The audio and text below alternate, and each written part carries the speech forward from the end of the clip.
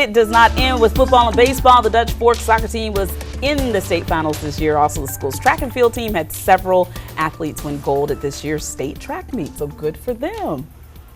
All right, now let's talk a little health today. Social media and other online tools have changed the way that people seek health information and diagnose themselves as well. Doctors always say don't Google it, but recent consumer interests in natural and organic personal care products has really led to the increase of sharing recipes for homemade products, including, believe it or not, people are making their sunscreen at home. Yeah, we talked about this in the newsroom. Medical reporter Rosemarie Beltz is here to talk about why relying on a homemade recipe for your sunscreen, a DIY sunscreen, is not a good idea. I don't know who thinks that it is a good idea, but okay.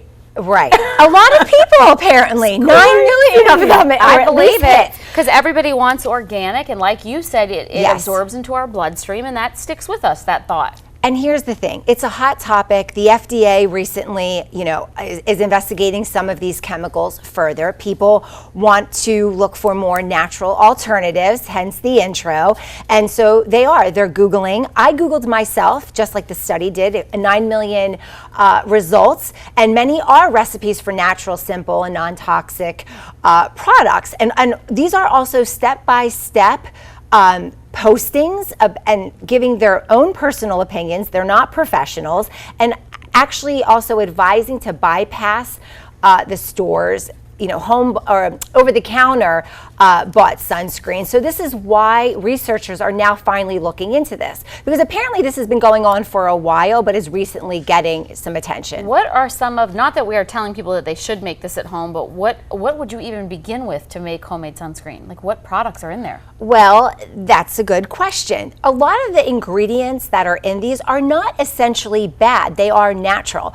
But when you put them together, you really don't know if they're really helping you. So this research that came out of Nationwide Children's Hospital and also Florida, University of North Florida in Jacksonville. So these team of researchers got together because they're starting to see all of these findings. And so what they found was that 95% of these home remedies are being advertised as safe and effective. And again, these are, I'm not saying coconut oil and vitamin E and some of these ingredients aren't harmful, but you really don't know how much of that you're getting and how much is actually is effective. So if you're gonna buy your sunscreen over the counter, what kind of chemicals are you looking to avoid?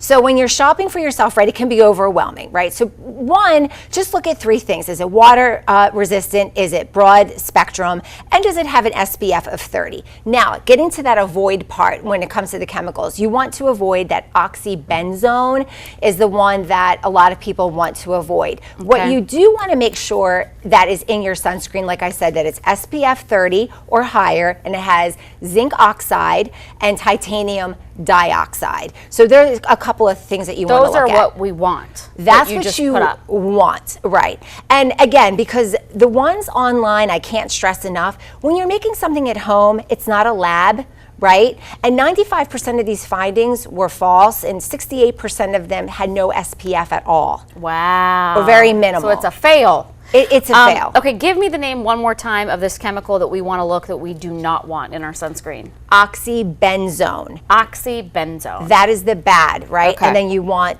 zinc oxide and titanium dioxide, the white that you would see. I'm gonna go check my sunscreen right when I get home and see if it's got that oxybenzone in it. I hope it does not. Yes. Thank you, Rosemarie. You're welcome. Stay with us. Chief Meteorologist Jim Gandy has your forecast, and will you need sunscreen? The answer is yes, absolutely. Stay with us.